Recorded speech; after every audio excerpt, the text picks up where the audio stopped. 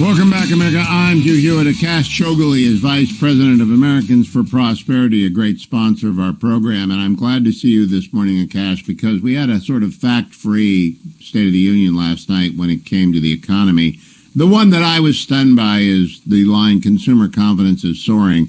And I knew I had just seen a Wall Street Journal headline that consumer confidence went down in February and dismayed people, and they readjusted the January number down. So it was just all made up. What did you think of the economic side of that mess of that dog's porridge of a speech last night? I think that President Biden and the White House have no clue why he has such abysmal poll numbers in the first place. The economic portion of that speech was full of class warfare, reckless spending ideas, and special interest giveaways, which is exactly why the American people hate Bidenomics to begin with. It's more of the same. There was no pivot. There was no change of direction. There was no accountability. And what you saw was him leaning into the same Democratic election year themes that they've done for decades. And I simply don't think that people are going to buy it. Akash, Bidenomics.com, you've got the website. Have you updated it to respond to the specific assertions by the president? Because there were so many made-up things about the deficit being cut. And he said that 4 or 5 times, and I just shake my head. And about how he inherited a closed economy. It was just so untrue. Have you updated Bidenomics.com yet to respond? Yeah, so we pre-butted a lot of those points. Those points have been up on Bidenomics all week. Again, a lot of these things aren't new. This isn't the first time he said these things about the deficit and greedflation, using air quotes there, and all these other things. And so we're in the process of doing that. But a lot of those things you can find right now. And for your listeners who might, Americans for Prosperity, earlier this week, we launched the website, Bidenomics.com. Yes, the actual word Bidenomics was not owned by the White House or the DNC or the Biden campaign or anything, which is really amazing. This White House, it's full of millennial and Gen Z TikTokers who look like they've, seem like they've never touched grass and live online, forgot to do digital 101 and purchased Bidenomics.com. And so we did it for them, and we fact-checked the president with his own claims. And it really is the website that Joe Biden doesn't want you to see. Now, Cash, I want you to get out of your comfort zone for a little bit. You're not a millennial. You're close, right? You're close. You are a millennial? All right, so you are a millennial. I thought you might be younger than that. But here's the deal. That's the worst State of the Union speech I've ever heard, and I've heard between 40 and 50 of them. I'm 68. I'm a political junkie. I think the president, I was disturbed by it. How did you, as a young man, who you got to live in this country and you got to raise kids in this country, what did you think about that mess? Disturb is the right word, Hugh. The State of the Union used to carry a level of decorum and respect. And frankly, obviously, the way that Republicans responded on the crowd and things, I think the whole dynamic is just so ridiculous at this point. I think there's actually 2 things, even prior to President Biden's conduct in that speech. He shouldn't be allowed to give a televised State of the Union in front of Congress until he submits his presidential budget. He hasn't done that. That's a basic responsibility of the president. Congress shouldn't invite him. The speaker shouldn't invite him to give this speech until he sends a budget to Congress. And then he comes in and gives literally a can't-see partisan political speech. It was really unbecoming. And frankly, even his delivery, he was screaming the entire time. We saw that pointed out a lot in the reaction. He really got away from the things that for decades made him, if not, a correct politician, at least likable personally, right? He was amicable and came across as this bridge builder. He has completely thrown that stuff out the window. All he's trying to do now is gin up his far left base in advance of November. And so I think that speech should be disturbing to anyone who considers them even a moderate, forget a right-of-center American. Yeah, the mumble shout is what I'm calling it. And the mumble shout got old in a hurry. I used to watch Bill Clinton in awe of his command of a prompter because unlike, and Barack Obama was pretty good with a set piece, but Bill Clinton with a live audience was explosively good. And I would be depressed because I'd realize, okay, we got to make up lost ground now because he won some political points. Do you think the Democrats believe their own spin? I mean, do they actually think that Americans don't go grocery shopping or buy gas or know that the economy was closed and then reopened? Do they think everybody's stupid?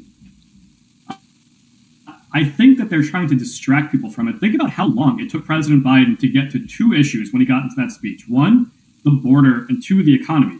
Hugh, those are the top two issues impacting the American people. What he started with were not the issues impacting the vast majority of Americans and the issues that they care about most. What he started on were the issues that Democratic primary voters care about the most. Now, not to say those are not important issues, but that was not a speech intended to appeal to the vast majority of Americans. As I said, it was a speech intended to appeal to Democratic primary voters. That speech did nothing to assuage the 59% of Americans who say they feel anxious, frustrated, or angry when they go grocery shopping. The average American family is spending $11,400 more this year to afford the same quality of life that they had before Biden took office. What he tried to do was not assuage those concerns. He tried to distract from them. And so I don't think Democrats, frankly, care about those issues. They're, like I said, focused on ginning up their own voter base with other issues. You know, I give a lot of speeches, Akash, and I try and have an acronym to use. And my acronym right now is not an acronym, but a reminder, AIIC. Age, inflation, immigration, crime. And it's usually age, immigration, inflation, crime in that order, and it depends on what inflation is doing. The age issue is on display. The crime issue did not come up, but the inflation issue is so real. And for him to say it's coming down, the Snickers bar stuff, I'm just astonished at how bad the speech was. Don't you deal honestly with what happened, which was we overspent on COVID recovery? We're awash in money and too few goods being pursued by too many. Doesn't honesty ever work with the American people? I think honesty would work, but what they're banking on is that class warfare works better. And I hope to God that's not true. I trust that that's not true, but they do this every election year. Hugh, you've been doing this a long time. I've seen this many times now. Class warfare, right? It's reckless spending ideas, giveaways, special interest giveaways to the global warming movement and labor unions, and class warfare. The rich don't pay their fair share, which you and I know full well is beyond false. We need to raise taxes on the wealthy. Ironically, in the process of talking about class warfare, he actually tacitly endorsed at least a portion of the 2017 Republican tax cuts because he said he wants to extend some of them, but not some of them. So that's what they're leading. I'm so glad you brought that up. That was the most incoherent. No one in the home audience who is not named Akash or Hugh understood what he was trying to do there, which was the extension of the tax cuts. Do you think that was in the speech? I mean, because it didn't make, there was no argument made about what it happened and what's going to happen and the extension that has to happen. No one who doesn't follow this closely and read the Journal or work for Americans for Prosperity or go to Bidenomics.com had a clue what he was talking about. No, I mean, that's the thing.